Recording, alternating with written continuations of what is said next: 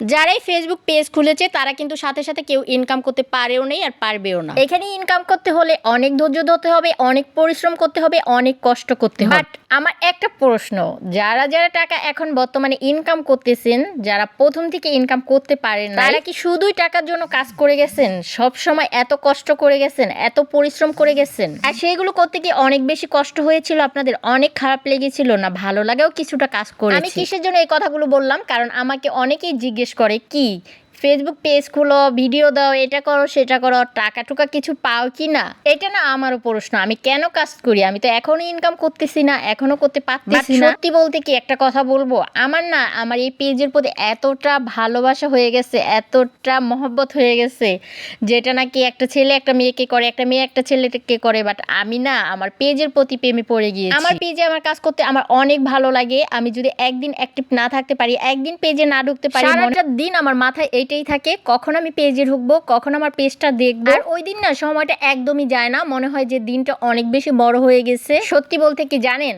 আমার পেজের প্রতি আমার যতটা ভালোবাসা, ঠিক তেমন ভাবে আপনাদের প্রতি আমার অনেক ভালোবাসা। আমার যারা ফ্যান ফলোয়ার আছেন তারা আমাকে এত এত ভালোবাসা দেন, যেটা আর কি আমি বলে বোঝাতে পারবো না। মন থেকে হচ্ছে এটা আমি ফিল করতে পারি। আজকে এত দূর আসা জাস্ট আপনাদের ভালোবাসায়। আমার যারা ফ্যান ফলোয়ার আছেন তাদেরকে অনেক অনেক ধন্যবাদ। আপনারা অনেক অনেক ভালোবাসা দেন, অনেক অনেক সাপোর্ট করেন।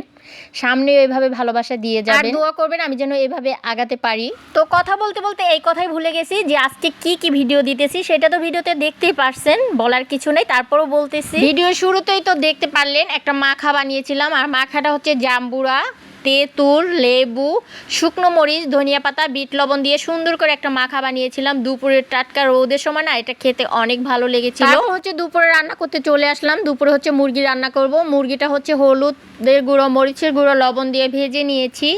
এখন হচ্ছে সব রকমের মশলা দিয়ে সুন্দর করে কষিয়ে মুরগিটা, তারপর হচ্ছে ঝোলের পানি দিয়ে দিচ্ছি। আজকে হচ্ছে মুরগিটা ভুনা ভুনা করব, বেশি করে একটু পেঁয়াজ কুচি দিয়ে তারপর ভেজে সব রকমের মশলা দিয়ে ভালো করে কষিয়ে মুরগিটা সুন্দর করে কষিয়ে ঝোলের পানি দিয়ে জাস্ট একটু মাখা মাখা করে রান্না করব। কিছুক্ষণ ঢাকনাটা দিয়ে ঢাকনাটা উঠিয়ে বারবার আমি একটু নেড়ে চেড়ে সুন্দর করে হচ্ছে মুরগিটা রান্না করে নিতেছি। আর এই মুরগি ছাড়া, ব্রয়লার মুরগি ছাড়া আমার ছেলে একদমই ভাত খেতে চায় না। তার খুবই পছন্দের একটা খাবার ব্রয়লার মুরগি। আমি জানি না কার কার বাচ্চাদের এরকম পছন্দের খাবার হচ্ছে ব্রয়লার মুরগি, বাট আমার কিন্তু একদমই ভালো লাগে না। কয়েকটা কাঁচামরিচ দিয়ে লাস্টে একদম মুরগিটা মাখা মাখা করে রান্না করে নামিয়ে নিয়েছি। ডাল রান্না করব। ডালটা হচ্ছে আগেই আমি সিদ্ধ করে সুন্দর করে সব মশলা দিয়ে লাউ দিয়ে হচ্ছে ডালটা রান্না করব, সিদ্ধ করে নিয়েছি। এখন হচ্ছে জাস্ট বাগারটা দিলাম। ডাল বাগারে কিছুটা শুকনো মরিচ, পেঁয়াজ কুচি, রসুন কুচি আর আস্ত কয়েকটা জিরা দিয়ে সুন্দর করে ভেজে দেন হচ্ছে ডালটা বাগার দিয়ে নিলাম।